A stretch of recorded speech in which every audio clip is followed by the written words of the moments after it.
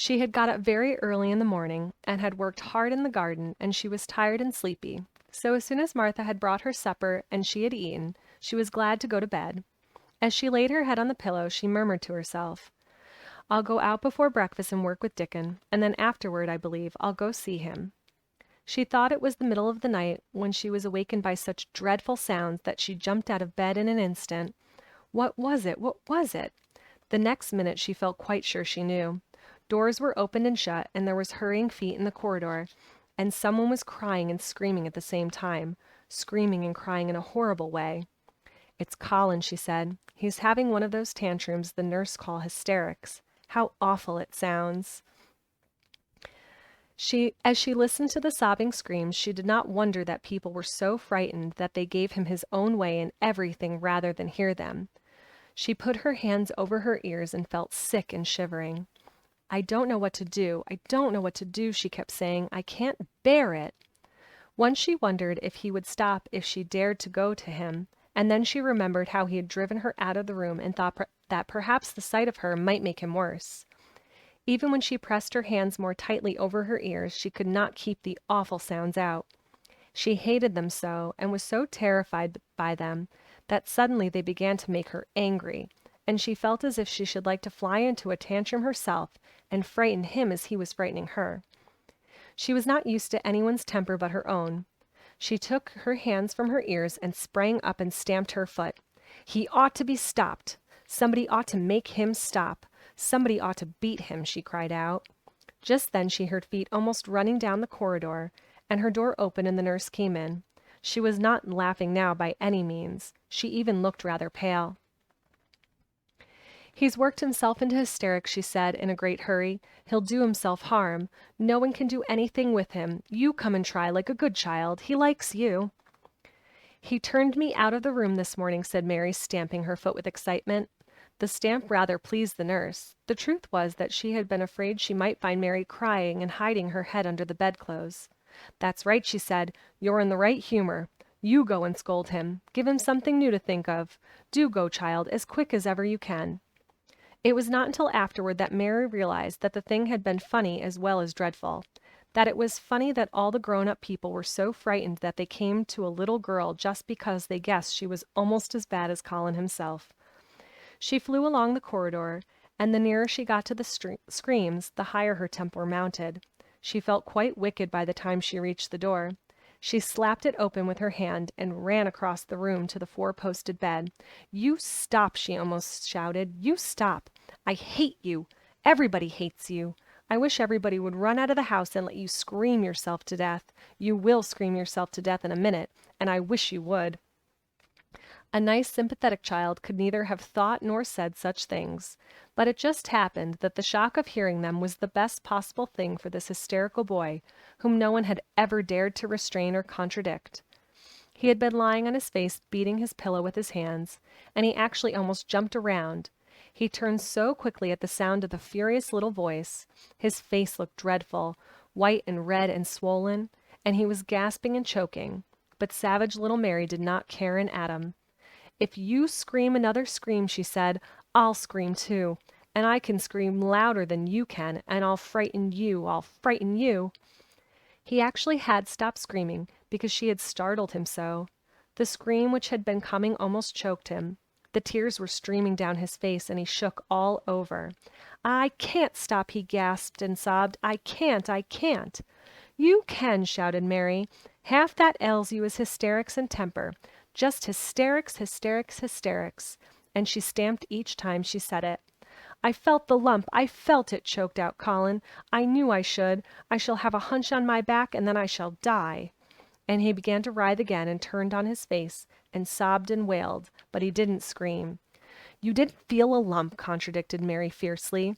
"If you did, it was only a hysterical lump. Hysterics make lumps. There's nothing the matter with your horrid back. Nothing but hysterics. Turn over and let me look at it." She liked the word hysterics, and felt somehow as if it had an effect on him. He was probably like himself, and had never heard it before. "Nurse," she commanded, "come here and show me his back this minute." The nurse, Mrs. Medlock, and Martha had been standing huddled together near the door staring at her, their mouths half open. All three had gasped with fright more than once. The nurse came forward as if she were half afraid. Colin was heaving with great breathless sobs. Perhaps he won't let me, she hesitated in a low voice. Colin heard her, however, and he gasped out between two sobs, "Show her! She'll see them!" It was a poor thin back to look at, when it was bared. Every rib could be counted, and every joint of the spine, though Mistress Mary did not count them as she bent over and examined them with a solemn, savage little face. She looked so sour and old-fashioned that the nurse turned her head aside to hide the twitching of her mouth. There was just a minute's silence, and even Colin tried to hold his breath, while Mary looked up and down his spine, and down and up, as intently as if she had been the great doctor from London. "There's not a single lump there," she said at last. "There's not a lump as big as a pin except backbone lumps, and you can only feel them because you're thin. I've got backbone lumps myself, and they used to stick out as much as yours do, until I began to get fatter, and I'm not fat enough yet to hide them. There's not a lump as big as a pin. If you ever say there is again, I shall laugh." No one but Colin himself knew what effect those crossly spoken childish words had on him. If he had ever had anyone to talk to about his secret terrors, if he had ever dared to let himself ask questions, if he had had childish companions and had not lain on his back in the huge closed house, breathing an atmosphere heavy with the fears of people who were most of them ignorant and tired of him, he would have found out that most of his fright and illness was created by himself. But he had lain and thought of himself and his aches and weariness for hours and days and months and years.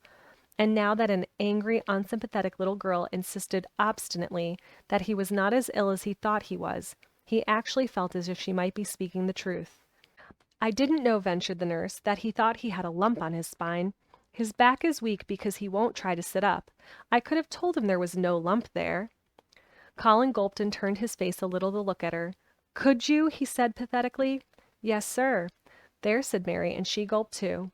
Colin turned on his face again, but for his long-drawn broken breaths, which were the dying down of his storm of sobbing. He lay still for a minute, though great tears streamed down his face and wet the pillow. Actually, the tears meant that a curious, great relief had come to him. Presently he turned and looked at the nurse again, and strangely enough he was not like a Rajah at all as he spoke to her. "Do you think I could live to grow up?" he said.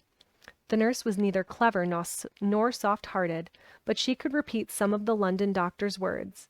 "You probably will, if you will do what you are told to do, and not give way to your temper, and stay out of a great deal in the fresh air."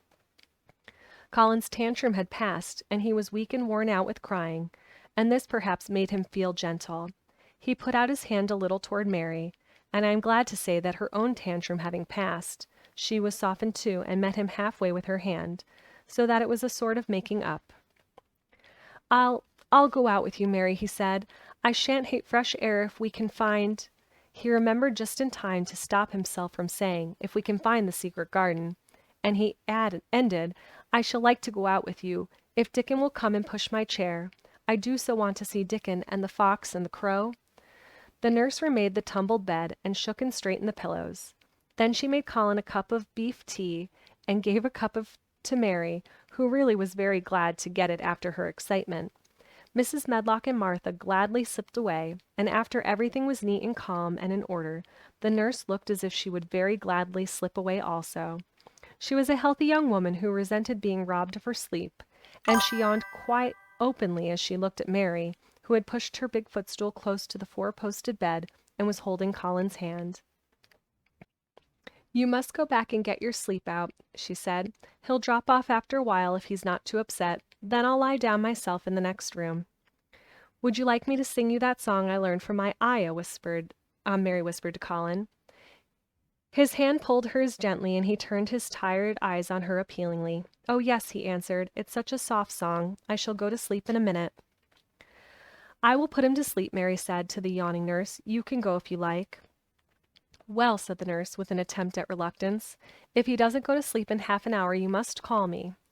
"Very well," answered Mary. The nurse was out of the room in a minute, and as soon as she was gone, Colin pulled Mary's hand again. "I almost told," he said, "but I stopped myself in time. I won't talk and I'll go to sleep. But you said you had a whole lot of nice things to tell me. Have you? Do you think you have found out anything at all about a way into the secret garden?" Mary looked at his poor little tired face and swollen eyes, and her heart relented. "Yes," she answered, "I think I have, and if you will go to sleep I will tell you tomorrow." His hand quite trembled. "Oh, Mary," he said. "Oh, Mary, if I could get into it, I think I should live to grow up. Do you suppose that instead of singing the Aya song, you could just tell me softly, as you did the first day, what you imagine it looks like inside? I am sure it will make me go to sleep." "Yes," answered Mary. "Shut your eyes." He closed his eyes and lay quite still, and she held his hand and began to speak very slowly and in a very low voice. "I think it has been left alone so long that it has grown all into a lovely tangle. I think the roses have climbed and climbed and climbed until they hang from the branches and walls and creep over the grounds, almost like a strange gray mist. Some of them have died, but many are alive, and when the summer comes there will be curtains and fountains of roses. I think the ground is full of daffodils and snowdrops and lilies and iris, working their way out of the dark. Now the spring has begun, perhaps, perhaps." The soft drone of her voice was making him stiller and stiller, and she saw it and went on. "Perhaps they are coming up through the grass. Perhaps there are clusters of purple crocuses and gold ones even now. Perhaps the leaves are beginning to break out and uncurl, and perhaps the gray is changing and a green gauze veil is creeping and creeping over everything.